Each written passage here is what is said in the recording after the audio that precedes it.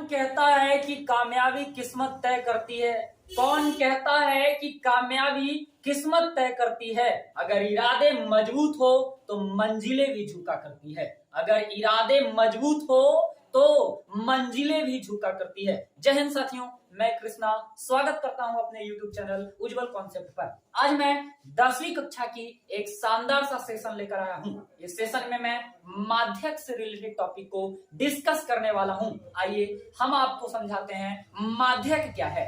हाँ, जिसको हम लोग अंग्रेजी भाषा में मीडियन कहते हैं। ये सांख्यिकी का एक पार्ट है। मैंने आपको सांख्यिकी के बारे में पहले ही बताया है। आप वहां पर जाकर प्लेलिस्ट के वीडियो में आप देख सकते हैं कि सांख्यिकी क्या है, और उसी सांख्यिकी का एक छोटा सा पार्ट है जिसका नाम माध्यक है। छात्रों के बीच में यह काफी संशय भरा, काफी हार्ड टाइप का चैप्टर बना होता है। तो माध्यक निकालना थोड़ी मजबूत है, ये थोड़ा समस्या है इसमें, लेकिन आसान भी है अगर हम लोग समझते हैं तो। माध्यक क्या है ना? माध्यक किसको कहते हैं? माध्यक का अर्थ क्या होता है? इसको हम लोग परिभाषित कैसे करेंगे, है ना? तो कहने का मतलब है कि यदि किसी आंकड़े को उसके परिमाण के आधार पर आरोही या अवरोही क्रम में सजाकर उसके बीच के मान को निकाल लिया जाता है, तब वह बीच का मान उस आंकड़े का माध्यक कहलाता है। कहने का क्या तात्पर्य है मेरा? आप देखिए, मैंने लिखा यहां कोई आंकड़ा है, मैंने लिखा 8 9 4 3 2 6 5, ये कोई नंबर है। अब इस नंबर को सबसे पहले आपको क्या करना है? आरोही या अवरोही क्रम में सजाना है। यदि हम इसको आरोही या अवरोही क्रम में सजाते हैं तो हमारे पास होता है 2 3 4 5 6 8 और 9, 1 2 3 4 5 6 7, 1 2 3 4 5 6 7, ये हो गया। अब इसके बीच का मान, सबसे बीच का मान जो होगा, ये बीच की जो वैल्यू होगी, 3 नंबर इधर 3 नंबर इधर, बीच का नंबर जो आपका 5 है, ये 5 इस क्वेश्चन का क्या कहलाएगा? माध्यक। तो इसका माध्यक का जो आंसर होगा, इस क्वेश्चन के जो माध्यक के आंसर होंगे वो 5 होंगे। कुछ महत्वपूर्ण चीज है, कुछ नोट करने वाली बात है। हाँ, वो ये है कि यदि आंकड़े में संख्या, अगर जो इसकी संख्याएं है, जो इसकी वैल्यू है, उसकी काउंटिंग, उसकी संख्या है ना, यदि आंकड़े में n सम संख्या है, क्या है? n क्या है? सम संख्या है। हाँ, n कहने का मतलब है कि इसमें आने वाला नंबर, हाँ, इसमें आने वाला नंबर यदि सम संख्या है, कहने का मतलब है 1 2 3 4 5 6 7, ये भी सम संख्या है। अगर मैंने एक और नंबर लिखा तो सम संख्या हो जाएगा। यदि आंकड़े में n सम संख्या है, तब जो इसके मध्य आने वाली जो नंबर होगा, तब इसके जो माध्यक होंगे, है ना, तब इसके जो मध्य पद होंगे वो होंगे 2। मध्य पद कितने होंगे? 2। एक तो हमारा इसका मध्य पद जो होगा वो n/2 होगा, और इसकी जो दूसरी मध्य पद होगी वो होगा n/2, और प्लस में क्या होने वाला है? 1। यदि आंकड़े में n सम संख्या है, तब इसके मध्य पद n/2 और n/2 प्लस 1 होंगे। हाँ, कहने का क्या मतलब है? मैंने यहाँ एक आपको आंकड़ा दिखाया है, ये देखो 6 4 5 9 7 8 11, 1 2 3 4 5 6 7 19 मैंने लगाया, तो इसमें टोटल कितने हो गए? 8 नंबर हैं।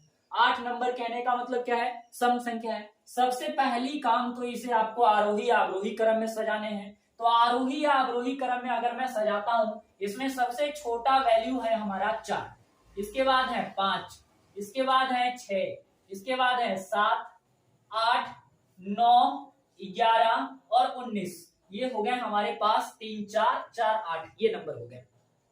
अब यहाँ पे n की वैल्यू कितनी है? n की वैल्यू है कितनी?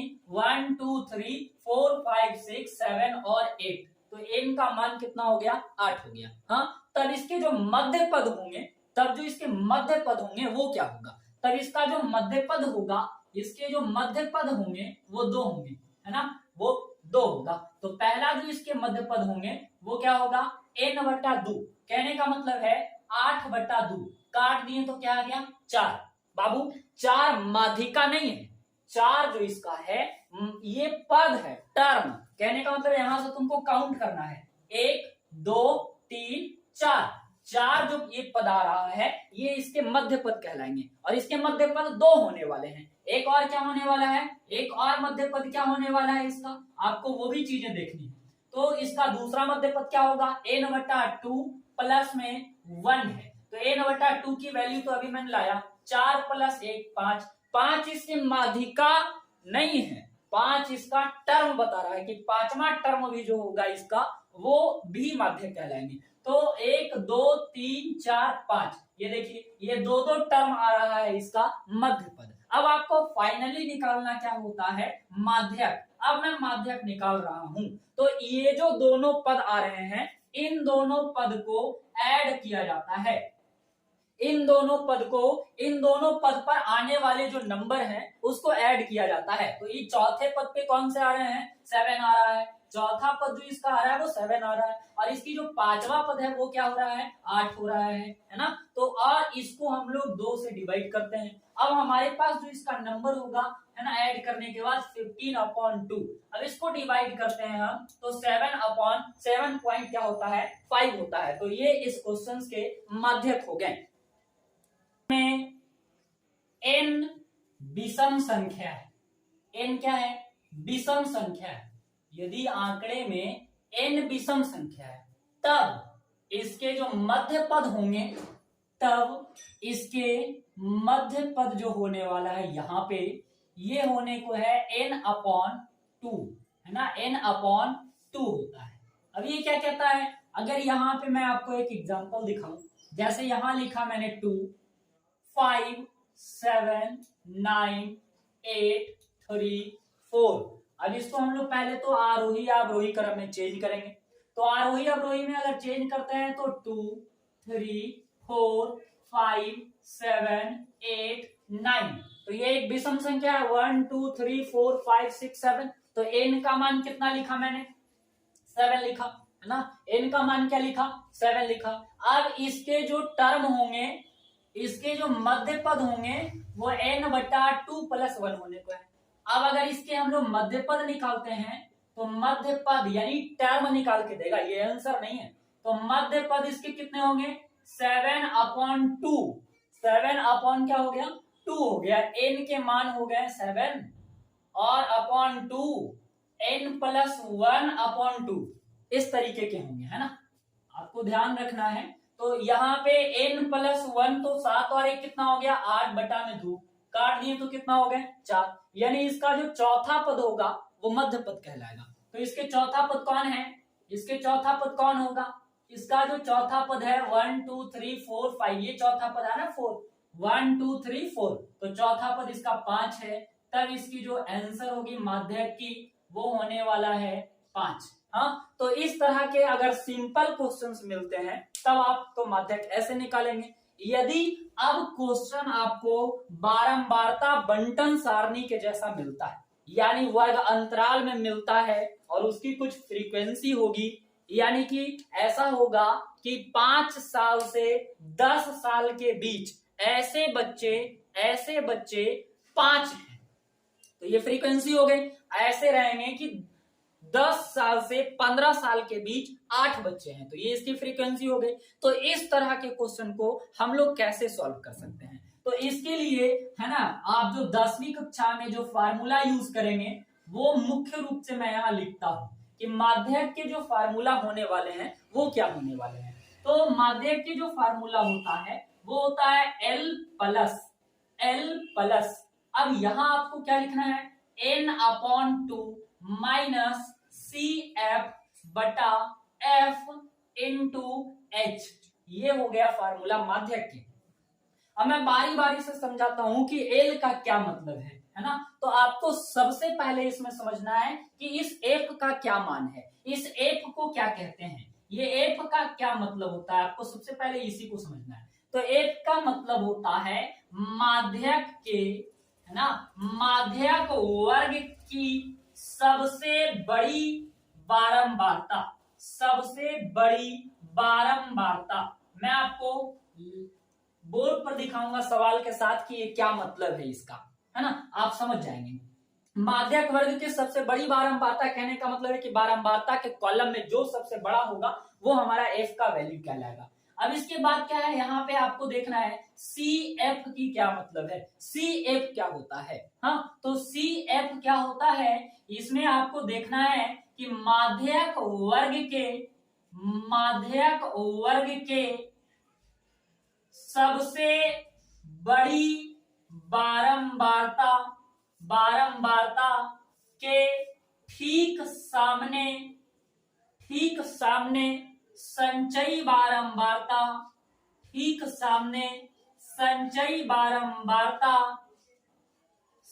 बारंबारता के पहले वाली संख्या जो होगा वो हमारा सीएफ कहलाएगा। हम आपको दिखाते हैं क्वेश्चंस में कि सीएफ का क्या मतलब है ना। आप यहाँ पे डायरेक्ट भी लिख सकते हो कि माध्यक वर्ग के बारंबारता, है ना, या फिर बारंबारता के सामने संचयी बारंबारता की पहले वाली जो संख्या होगी, है ना, संचयी बारंबारता के कॉलम में। अब क्या यहाँ पे मैं दिखाने वाला हूँ एल क्या होता है ना। तो जो सबसे बड़ी बारंबारता होगी, सबसे जो बड़ी बारंबारता जो होगा उसके सामने का सबसे बड़ी बारंबारता के सामने का वर्ग अंतराल, बारंबारता के सामने का वर्ग अंतराल की निम्न सीमा जो होगा वो एल की वैल्यू कहलाएगी। अब यहाँ पे बचा कौन, एच। एच का क्या मतलब है, यहाँ पर एच कहलाता है हमारा वर्ग अंतराल के बीच की दूरी, वर्ग अंतराल के बीच की दूरी, ये कहलाता है वर्ग अंतराल के बीच की दूरी। अब यहाँ पे एक वैल्यू है हमारा एन, एन होता है बारंबारताओं का कुल योग, बारंबारताओं का कुल योग। अब मैं आपको एक सवाल दिखाता हूं, हम आपको एक क्वेश्चन दिखाते हैं। क्या कहता है ये सवाल कि कोई विद्यालय है और उस विद्यालय में 10वां क्लास की कुछ लड़कियों का ऊंचाई यहाँ पे दर्शाया गया है ना। आपको बताना है कि ये सारी लड़कियां, टोटल 51 लड़कियों का ऊंचाई जो है यहाँ पर रखा गया है, लेकिन एग्जैक्ट नहीं रखा गया है। आपको बताना है कि इन सारे लड़कियों का, है ना, इन सारे लड़कियों के ऊंचाई का, औसत ऊंचाई का माध्यक क्या रहने वाला है, ये आपको बताना है ना। तो क्वेश्चन कहता है टोटल 51 लड़की हैं इसमें और इसकी हमें सॉल्यूशन प्राप्त करनी है। ये हमारा क्वेश्चन हो गया। अब इसको हम लोग निकालते हैं सॉल्यूशन। तो सॉल्यूशन क्या कहता है हमारा, यहाँ पे सॉल्यूशन के लिए आपको सबसे पहले बनाने हैं 3 कॉलम। आपको ध्यान रखना है कि माध्यक अगर आप बना रहे हैं तो आपको कितने कॉलम बनाने हैं, आपको बनाने हैं 3 कॉलम।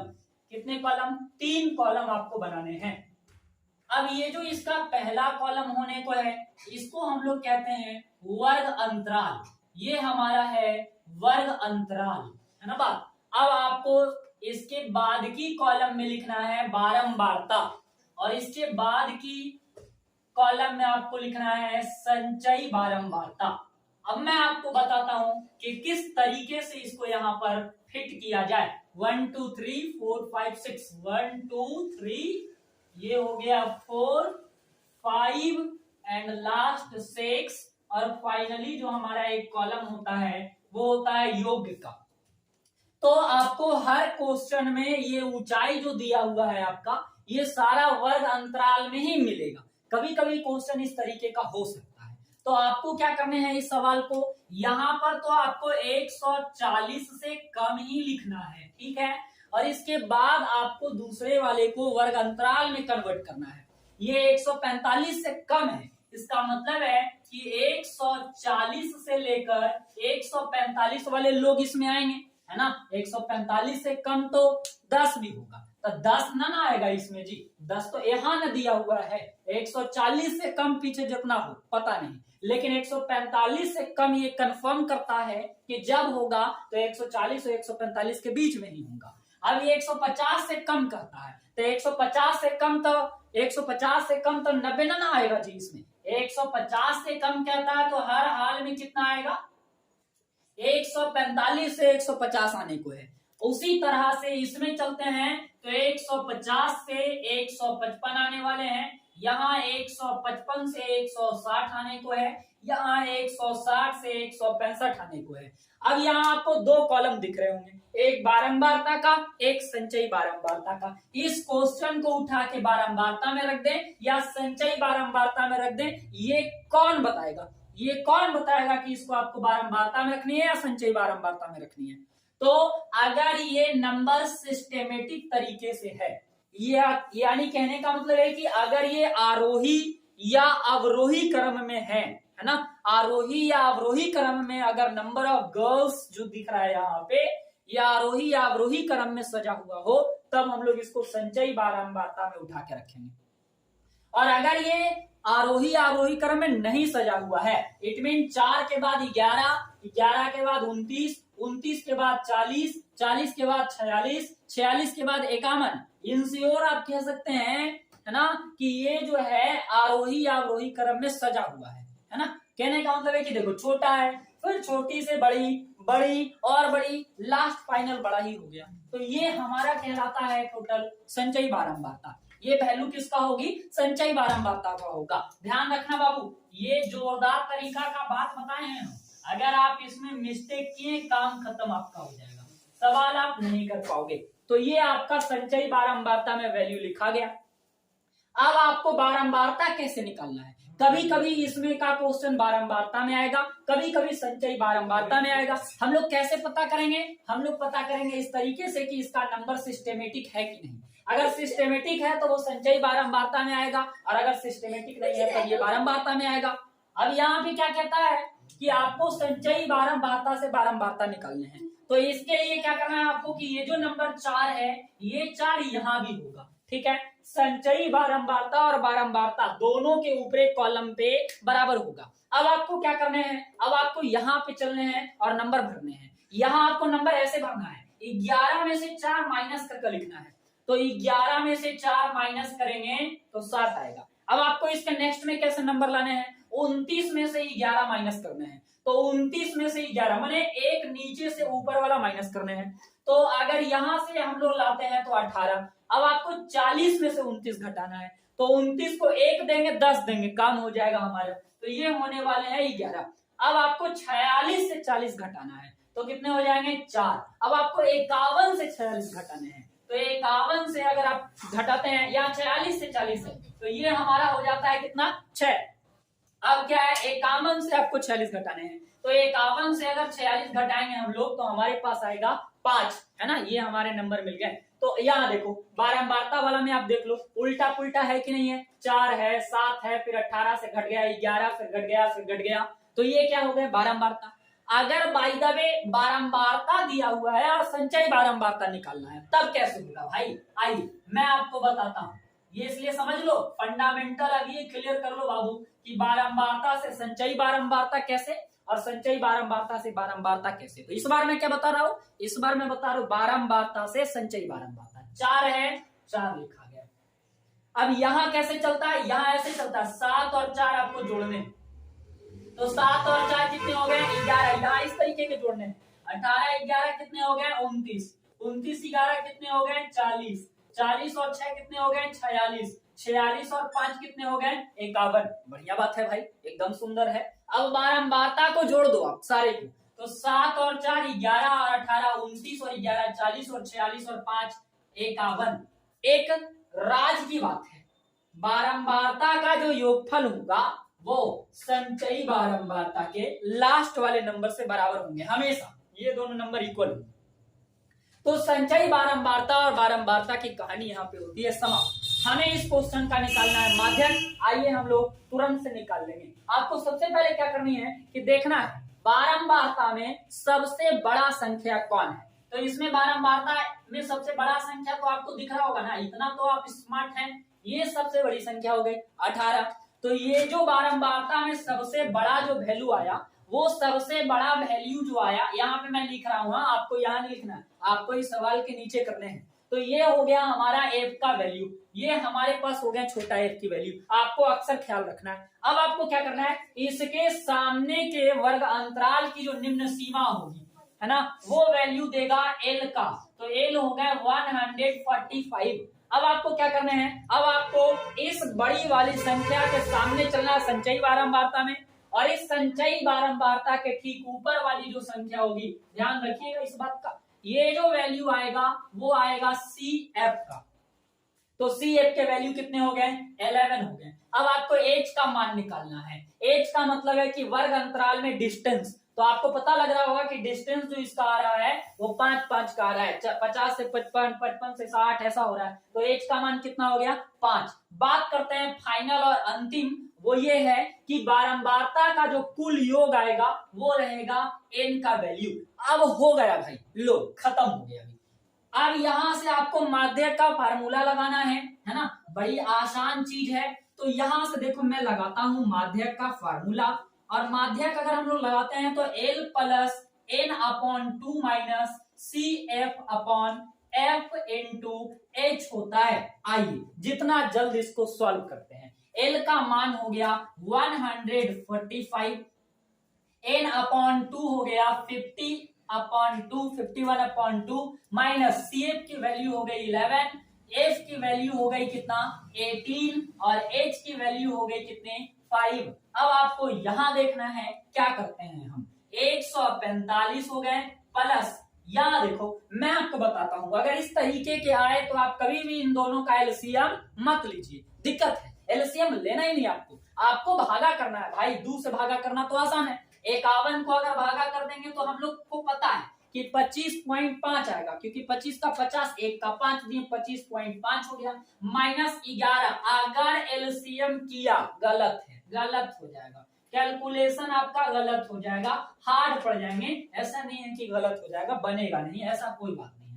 145 हो गए। अब यहाँ 25.5 में से 11 घटा दो, तो आपको 25 में से 11 जो है घटा देना है, तो 25 से 11 अगर हम लोग घटाते हैं तो हमारे पास जो नंबर बचता है वो बचता है कितना 14.5 बचता है ना, 4 1 5 1 1 2, और नीचे में कितने बच गए 18, और इनटू में कितने बच गए 5। कभी भी आपको एलसीएम नहीं लेना है, काट कुट करने का प्रयास नहीं करना है, पॉइंट का 0 नहीं लाना है, कुछ नहीं लाना, लाइएगा हार्ड होगा कैलकुलेशन। आपको केवल और केवल इसको क्या करना है, गुना करके भागा कर देना है। तो इसको अगर हम लोग 145 को 5 से मल्टीप्लाई करके एक अंक के बाद पॉइंट दे देते हैं तो हमारे पास जो वैल्यू आने वाला है वो 5 5 25, 5 चौका 20 और 2 कितने हो गए 22, और 5 एकम 5 और 2 कितने हो गए 7 हो गए। 5 5 25 के 5 हाथ में रहा 2, 4 5 20 और 2 22 के 2 हाथ में रहा 2, 5 एकम 5 और 2 कितने हो गए 7। पॉइंट अपने जगह पे रहेगा और 18 हो गए।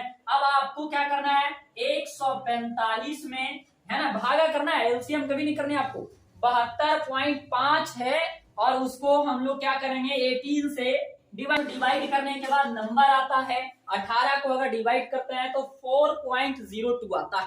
अब अगर इन दोनों को बड़ा आसानी से जोड़ लेंगे हम लोग 45 और 4 49 हो जाता है, हमारे पास होने वाला है 149.02। ये आपका आता है माध्यक। देखते हैं हम सवाल नंबर 8।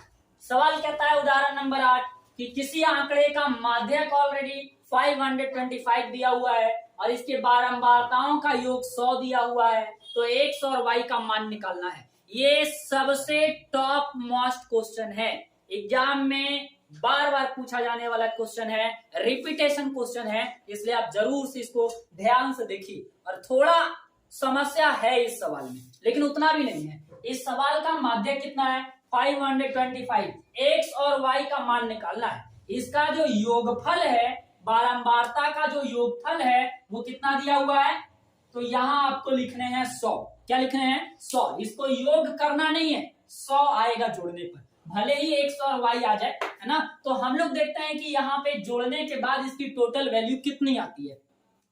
तो सबसे पहले तो बारंबारता की सहायता से हमको संचयी बारंबारता निकालना होगा। तो संचयी बारंबारता निकालने के लिए हम बनाते हैं एक और कॉलम, इस तरीके का सुंदर सा स्ट्रक्चर, है ना जी बात।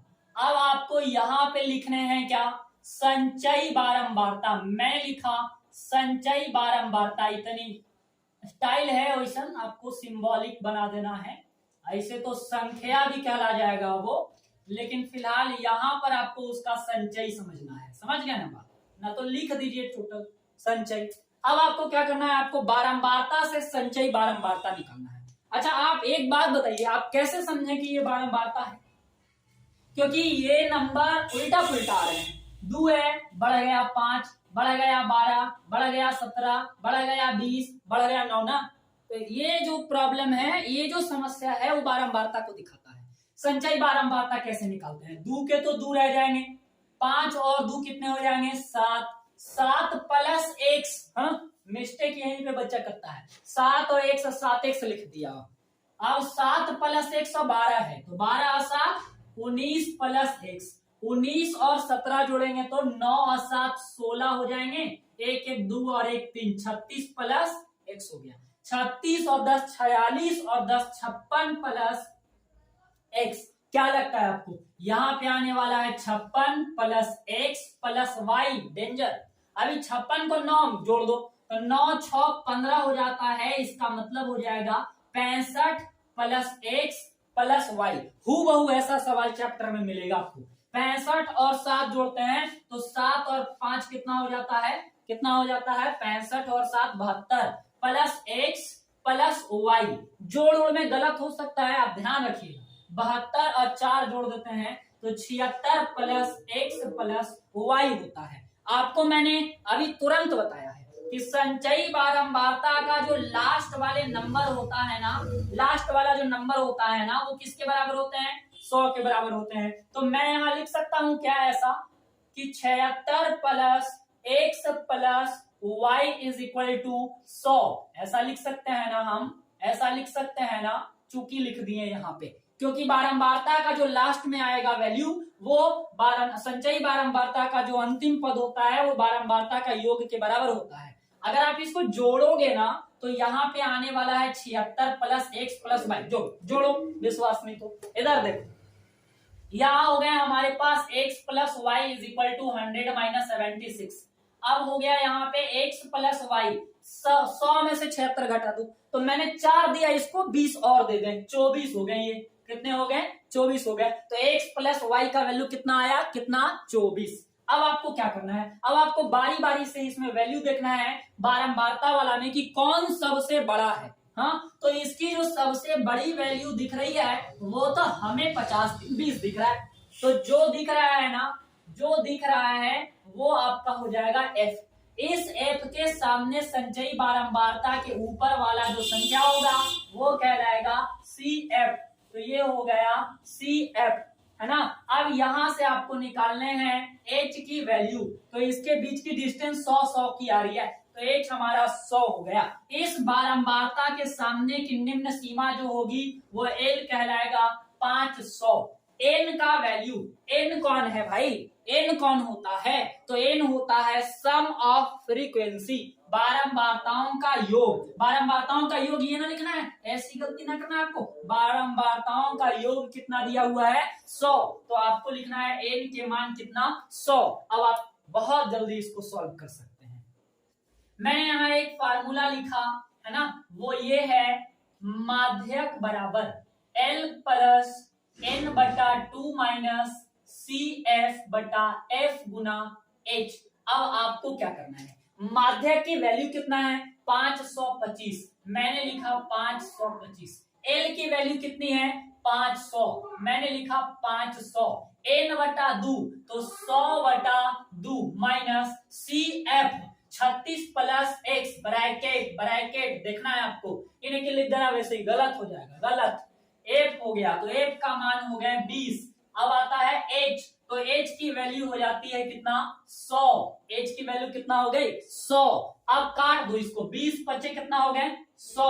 अब आप बड़ी जल्दी जब ऐसा क्वेश्चन रहे तो इस नंबर को इधर लाके घटा लेना, कैलकुलेशन आसान है बाबू। तो 525 माइनस 500 एकदम चटके में कर लो। अब इधर आ गया आपका, इधर जो है आपका काट लो तो ये कितना हो गया 50। अब क्या है यहाँ पे ब्रैकेट हटाएंगे ना तो निशान चेंज हो जाएगा क्योंकि आगे में माइनस है। तो यहाँ हो गया 36 माइनस x हो गया और इनटू में कौन रहेंगे 5, नीचे वाला तो बर्बादे हो गया है। अब क्या है आगे 525 में से 500 घटा दो तो हमारे पास नंबर आ गए कितना 25। अब यहाँ 50 से 36 घटाना है, 36 को 4 दो 10 दो काम खत्म, 14 हो गए। कितने हो गए 14। माइनस में कौन हो गया x और इनटू में कौन हो गया 5। मल्टीप्लाई करो, आपको बेहद ही आसान लग रहा होगा, सुंदर है। 14 को 5 से करो 70, 5 को x से करो 5x, 5x को इधर लाओ माइनस वाला हो जाता है प्लस 70, 25 जाता है उधर। मैं एक बार आपको जो है एक सेशन में बड़ा ही मजेदार बात बताऊंगा कि ये क्या मैटर है भाई, 5x इधर 25 वैसे, रियलिटी में ऐसा कोई मैटर नहीं है, कोई कहीं नहीं जाता है। इसकी डिस्कशन हम बाद में करेंगे। तो ये 5x हो गया। अब 70 में से 25 घटाएंगे तो ये 25 को देंगे 5 तो ये हो जाएंगे 30, 40 और देंगे है ना, काम खत्म हो जाएगा। 45 में ये क्लियर हो जाएगा। 5 से काट दो, 5 9 जा 45 है ना। अब ये x इज इक्वल टू हो गया क्या 9। x का मान तो मैंने निकाल दिया है, x का मान तो मैंने निकाल दिया। अब y कैसे निकलेंगे, y निकालने के लिए हमारे पास एक सिस्टम है ये वाला। मैं इसके बाद लिखूंगा समीकरण नंबर फर्स्ट से। फर्स्ट में क्या है x plus y is equal to 24। x की वैल्यू 9 हो गई प्लस में y is equal to 24। y का वैल्यू 24 माइनस 9, तो अब हमको 24 लाने हैं। तो 24 लाने हैं तो 14 में से 9 जाएंगे 5 यानी 15। y का मान कितना हो गया 15। तो x की वैल्यू 9, y की वैल्यू 15। ये अब मैं आपको एक शानदार सा बात बताता हूं और वो शानदार सी बात बताकर जो है वीडियो को जो है हम लोग समाप्त करेंगे है ना। तो वो चीजें क्या है, वो चीजें ये है कि आपको मैं एक बताता हूं रिलेशन। ये रिलेशन बहुत अहम चीज है, हाँ बिना रिलेशन तो कुछ पॉसिबल नहीं है ना। तो relation between mean, mode and median. कहने का मतलब है कि माध्यक और बहुलक के बीच का संबंध, माध्यक और बहुलक के बीच का संबंध, माध्यक और बहुलक के बीच का संबंध 2 नंबर आपका ऑब्जेक्टिव में पक्का हो जाता है अगर आप सीखते हैं तो। और अगर आप माध्यक बहुलक की कोई और मेरी वीडियोस अगर देखे होंगे ना तो मैं आपको बताता हूं कि आप 10 नंबर माध्यक बहुलक से कंप्लीट कर लिए। तो आप आज भी जो है जाकर देख लीजिए हमारे प्लेलिस्ट के वीडियोस को और अपने 10 नंबर को मैथमेटिक्स में आने वाले 10 नंबर को कंफर्म करें, इंश्योर कर लें कि हमारा 10 नंबर कंप्लीट हो जाता है। मैं एक और वीडियो लेकर के आऊंगा है ना जिसमें कई सारा सवाल होगा है ना, और वो 14.3 के कुछ क्वेश्चंस भी होंगे, उसको भी मैं एनालाइज करूंगा। फिलहाल मैं बताता हूँ माध्यक और बहुलक के बीच का संबंध क्या है। तो इसकी जो संबंध है वो है 3 माध्यक इज इक्वल टू बहुलक प्लस 2 माध्य। रट लीजिए इसको, रट लो, 3 माध्यक बराबर बहुलक प्लस 2 माध्य। अगर हम लोग माध्य को x माने और माध्यक को y माने और बहुलक को z माने है ना, या एक्स वाई जेड के कन्वर्ट, इसको कन्फर्म में लिखे हम लोग एक्स वाई जेड के रूप में अगर लिखना चाहें तो माध्यक बहुलक को अगर एक्स वाई जेड लिखेंगे तो हो जाएगा 3x बराबर y प्लस 2z हो जाएंगे, कुछ इस तरह के हो जाएंगे। इसका एक मैं सवाल दिखा देता हूं। सवाल लिखा हुआ है कि यदि किसी आंकड़े